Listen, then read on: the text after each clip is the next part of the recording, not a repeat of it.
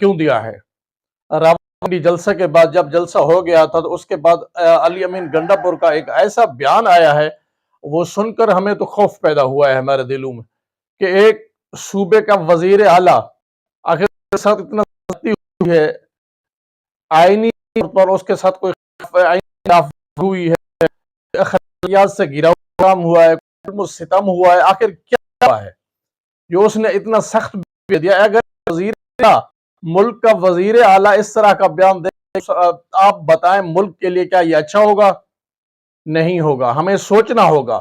آخر پنجاب حکومت کیا کر رہی ہے۔ پنجاب حکومت ایسے غلط اقدام، غیر اخلاقی اقدام، غیر آئینی اقدام، ایسے ظالمانہ اقدام جو کر رہی ہے، بالکل ہی غلط کر رہی ہے۔ آخر کب تک وہ لوگ اس ظلم و ستم کو برداشت کریں گے؟ ہمیں دیکھنا چاہیے، ہمیں ملک کو ترقی کے لیے بات کرنی چاہیے، اپنی اناؤں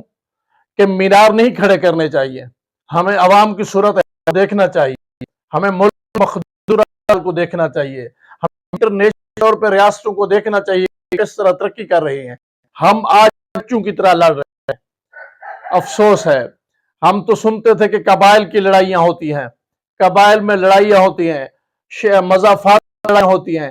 یہ وہ نچلے درجے کی لڑائیاں ہیں جو قبائل کی لڑائیوں سے بھی نچلے درجے کی ہیں۔ آپ بیٹھے ہوئے اور آپ لڑائی، پنجاب حکومت کو سوچنا چاہیے اور وفاق کو بھی سوچنا چاہیے، آخر ایسا کون سا اقدام کر رہے ہیں جس سے اتنا لوگوں کے دل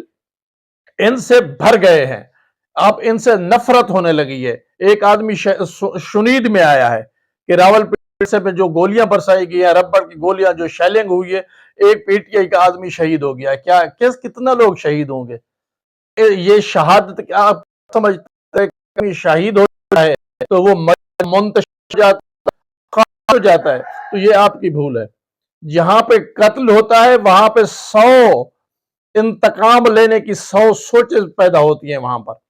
اور جو ملک اور ملت کے لیے نقصان دہ ہیں۔ خدارہ ملک اور ملت کے لیے کوئی اچھی سوچ سوچیں، اتحاد کے لیے کچھ سوچیں۔ پنجاب حکومت اپنی انا سے نکل آئے، وفاق بھی اپنی جھوٹی انا سے نکلے۔ پلیز آئیے دیکھتے ہیں کہ کیسی کیا بات ہوئی ہے کہ علی امین گنڈا پور اتنا ناراض اور اتنا سخت بیان دے رہے ہیں۔ آئیے سنتے ہیں کہ علی امین گنڈا پور نے کیا کہا ہے۔ بسم اللہ الرحمن الرحیم، ایاک نعبد و ایاک نستعین۔ میں اس وقت پاکستان کی ساری قوم سے اور یہ پی ڈی ایم کی پارٹیاں اور یہ فارم 47 کی حکومتوں سے اور پاکستان کے تمام اداروں سے مخاطب ہوں۔ میرے پاکستانیوں، آج ایسا وقت آ چکا ہے کہ اس ملک کے اندر پہلے ہماری عزتوں کو پامال کیا گیا، ہماری چادر اور چار دیواری کو پامال کیا گیا۔ ہم نے ظرف کے ساتھ ظرف دکھاتے ہوئے اس قوم کے لیے، اس ملک کے لیے، پاکستان کے لیے اف تک نہیں کیا۔ لیکن آج وہ وقت آ چکا ہے، ایک ایسا وقت آ چکا ہے کہ اس ملک کے اندر آپ ہم پر یہ گولیاں برسا رہے ہیں۔ آج ہمارے 2 کارکنوں کو گولیاں ماری گئی، تیسرے کارکن کو گولی لگی، اس کا پتہ نہیں چل رہا۔ اسٹریٹ شیل مار کے 50 زیادہ کارکن ہمارے زخمی ہیں۔ ہر 3 کلومیٹر پہ پنجاب کی انٹری سے شروع ہوئے اور ہر 3 کلومیٹر پہ شیل پہ شیل یہ مارتے رہے، گولیاں برساتے رہے، گرنیڈ پھینکتے رہے۔ میں اس وقت پاکستان کی، یہ پاکستان ہمارا ہے اور یہ پنجاب بھی ہمارا ہے، یہ پی ڈی ایم کی پارٹیاں، سندھ بھی ہمارا ہے، 47 کی بلوچستان بھی ہمارا ہے، پختونخوا بھی ہمارا ہے، تمام اداروں سے، کشمیر بھی ہمارا ہے، بلتستان بھی ہمارا ہے۔ میرے میں پورے پاکستان کو آج ایسا وقت آ چکا ہے، مبارکباد دیتا ہوں کہ اس ملک کے پیش کرتا ہوں۔ پہلے ہم ڈٹے ہوئے ہیں اپنی آزادی کے لیے، آج کے دن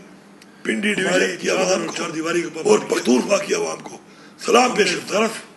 اور ساتھ یہ پیغام دے رہا ہوں، ظرف دکھاتے ہوئے آج کئی اس قوم کے لیے، کئی پولیس والے کے لیے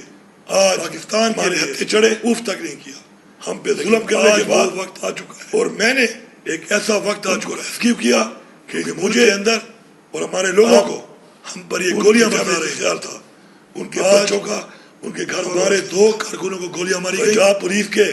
تیسرے کانوں کو گولی لگی اگر تم اپنے باپ کی اولاد ہو تو ضرور یہ بیان دینا کہ تو 50 کارکن ہمارے زخمی ہیں اور اس کے بعد ہر میں ہم نے 3 کلومیٹر پہ اس ظلم کے باوجود پنجاب کی انٹری سے شروع ہوئے اور ہر 3 کلومیٹر پہ اس کے بعد شیل پہ شیل یہ مارتے رہے اب یہ بھی سن لو گولیاں برساتے رہے سٹن اگر کوئی گولی برسائے گرینیڈ پھینکتے رہے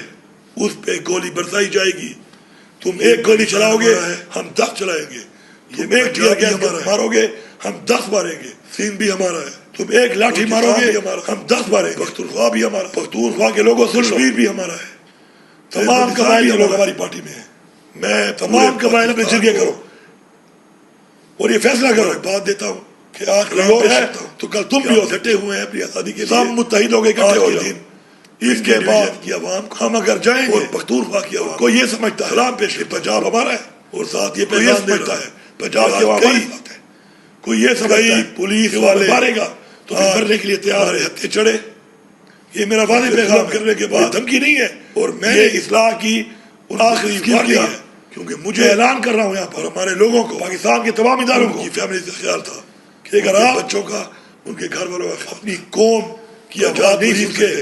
اور نوجوانوں اپنی قوم اگر تم اپنے رائے باپ کی اولاد ہو عزت نہیں کر بیان دینا تو سائڈ پہ ہو گئے تھے اور اس کے بعد فیصلے عوام میں عوام نے چھوڑ دیا سیاسی فیصلے کے باوجود سیاسی فیصلوں کو بیچ میں نہ آئے اس کے بعد پھر دیکھیں اب یہ بھی کیا ہوتا ہے میں باقاعدہ اگر کوئی گولی برسائے گا اس پہ انقلاب کرائی جائے گی کیونکہ انقلاب ایک گولی چلاؤ گے اس وقت 10 چلائیں گے کوئی اور ٹیئر گیس مارو گے ہم 10 ماریں گے اس وقت بمالی کے بعد تم ایک لاٹھی مارو گے